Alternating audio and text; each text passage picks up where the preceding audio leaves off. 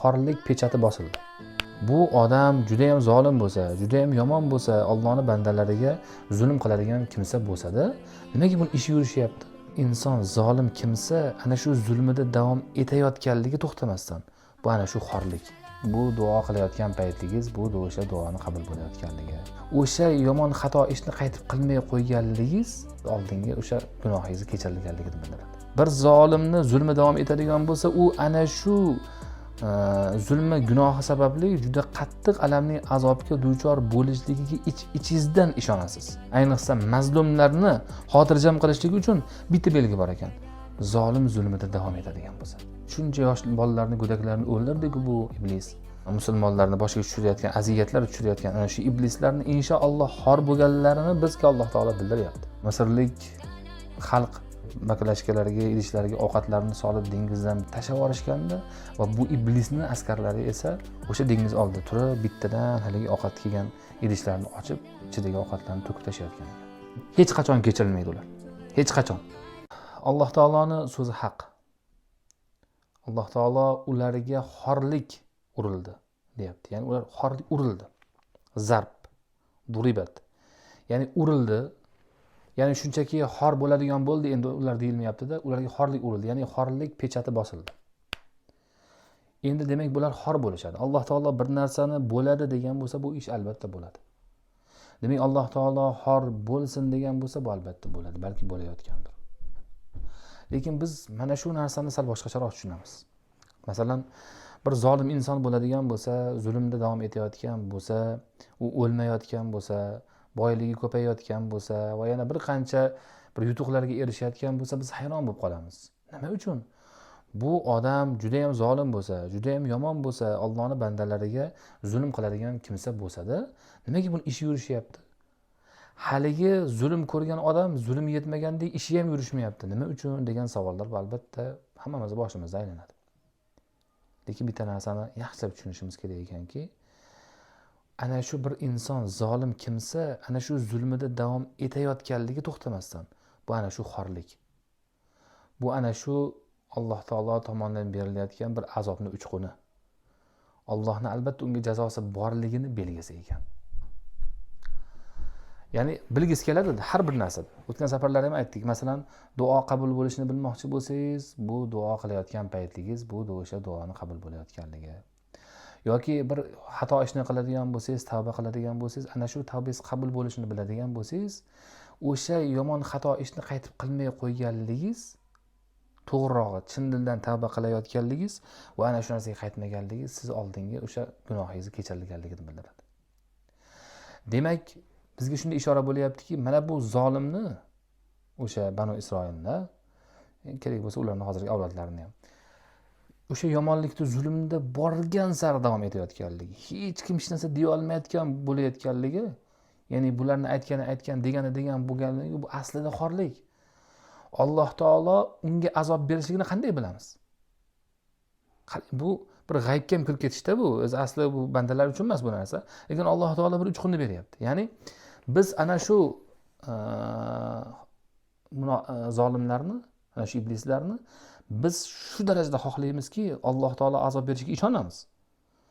Ana shu hozirgi paytda musulmonlarni qiynayotgan, xuddi Qur'onda nima keltirilgan bo'lsa, xuddi ana shu ko'rinishda davom etayotgan ana shu avlodlarning kimligini bilamiz va albatta Alloh taolo xor qilishini xohlaymiz. Albatta ko'zimiz bilan ko'rgimiz keladi. Bu narsaga ishonamiz. Biz ko'rmasak, biz avlodlarimiz ko'rishiga ham ishonamiz. Agar ular ko'rmaydigan bo'lsa ham nima bo'lganda ham aniq bo'lganligi ishonchimiz komil. Qarang. Bir zolimni zulmi davom etadigan bo'lsa, u ana shu zulmi gunohi sababli juda qattiq alamli azobga duchor bo'lishligiga ichingizdan ishonasiz. Xotirjam bo'lasiz. Unga duoibat qilishingizdan tashqari xotirjam bo'lasiz.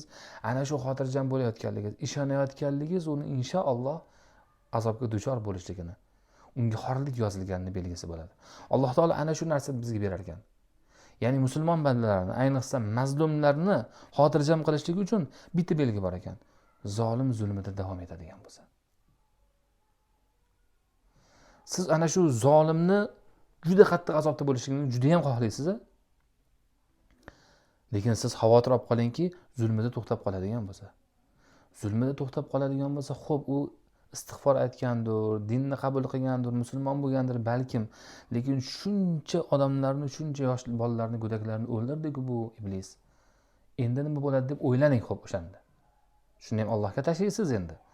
Shunda o'ylaning, lekin bilib oling, xotirjam bo'lingki, inshaalloh bu zolimni, ya'ni Banu Isroilning mana shu avlodlarini hozirgi biz ko'zimizda ko'rib o'sha hamma bilib turgan holatni, ya'ni ana shu musulmonlarni boshiga tushirayotgan aziyatlar tushirayotgan ana shu iblislarni inshaalloh xor bo'lganlarini bizga Alloh taolo bildiryapti.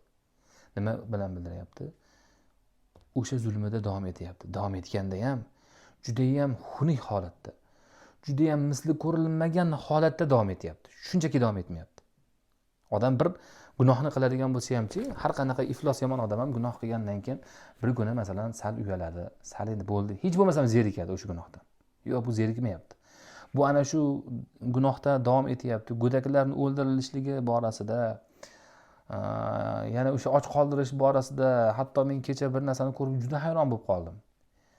Juda ham hayron bo'ldim. Haligi misrlik xalq ichi achishganidan haligi baklashkalarga, idishlarga ovqatlarni solib dengizdan berib, zora shu borib yetsa, shu bilan biz hissamizni qo'shsak, shu bilan Allohning oldida qanaqadir vijdonimiz halol bo'lsa degan ma'noda o'sha narsalarni tashlab yuborishganda va bu iblisning askarlari esa o'sha dengiz oldida turib bittadan haligi ovqat kelgan idishlarni ochib, ichidagi ovqatlarni to'kib tashlayotgan ekan. Shu ham yetib qolmasin musulmonlarga. Ey Alloh taolo muborak qilsin. Demakki, o'sha iblis o'sha zulmida davom etyapti. Bu inshaalloh eng alamli azobda, hech ham kechirilmaydigan. Hech ham kechirilmaydigan. Chunki har qanaqa gunohkor ham aslida gunohkor inson ham bir kun kechirilishi mumkin-da. Bir narsani xotirjam aytishingiz mumkin, hech qachon kechirilmaydi ular. Hech qachon. Va ba'zan inson ham hissiyotga beriladi, hech qachon kechirilishini xohlamaymiz. Masalan, men xohlamayman. Alloh taolo ana shu iblislarni kechirishligini xohlamayman. Hatto qaytadigan bo'lsa ham. Hatto to'xtatdik mayli deganda ham bu iblislar kechirilmasin. Alloh taolo azoblasin bularni. Alloh taolo o'sha go'daklarga keltirgan ana shu zulmlari, ularni och-nahor qoldirib, ochligida ularni o'ldirganligi uchun hatto ana shu ifloslikdan to'xtagan chog'ida ham albatta jazo berilishini Alloh taolodan masalan men shaxsan o'zim xohlayman. Ya'ni bu darajada bo'lishligi uchun inson ichida o'tib ketish kerak edi bu narsa. Qalbidan o'tib ketish kerak bo'ladi. Bir insonni ham yomon bo'ladigan bo'lsa, gunohdan to'xtabdi deydigan bo'lsa, yo baribir gunohiga, o'tgan gunohlariga javob bersin degan odam uyalish kerak. Masalan, men uyalmayman shu narsadan.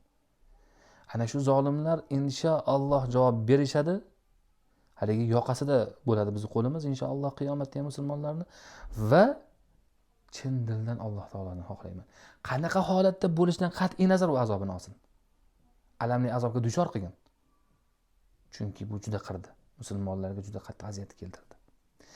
Endi ana shu holatning teskarisi bor. Ya'ni biz bu iblislarni ana shu holatda davom etishligi bilan demak alamli azobga duchor bo'lishligini, Alloh taolo azoblashligini, jazoni ulkanini berishligiga xotirjam bo'lganimizdek, bilib turganimizdek, uni ro'parasidagi mazlum odamlarni dod faryodi, ularni qiyin ahvolga tushayotganligi inshaalloh ularni gunohlari kafforat bo'layotganligi va ularga jannat tayyor turganligiga guvoh bo'lishimiz mumkin. Mana shu holatda.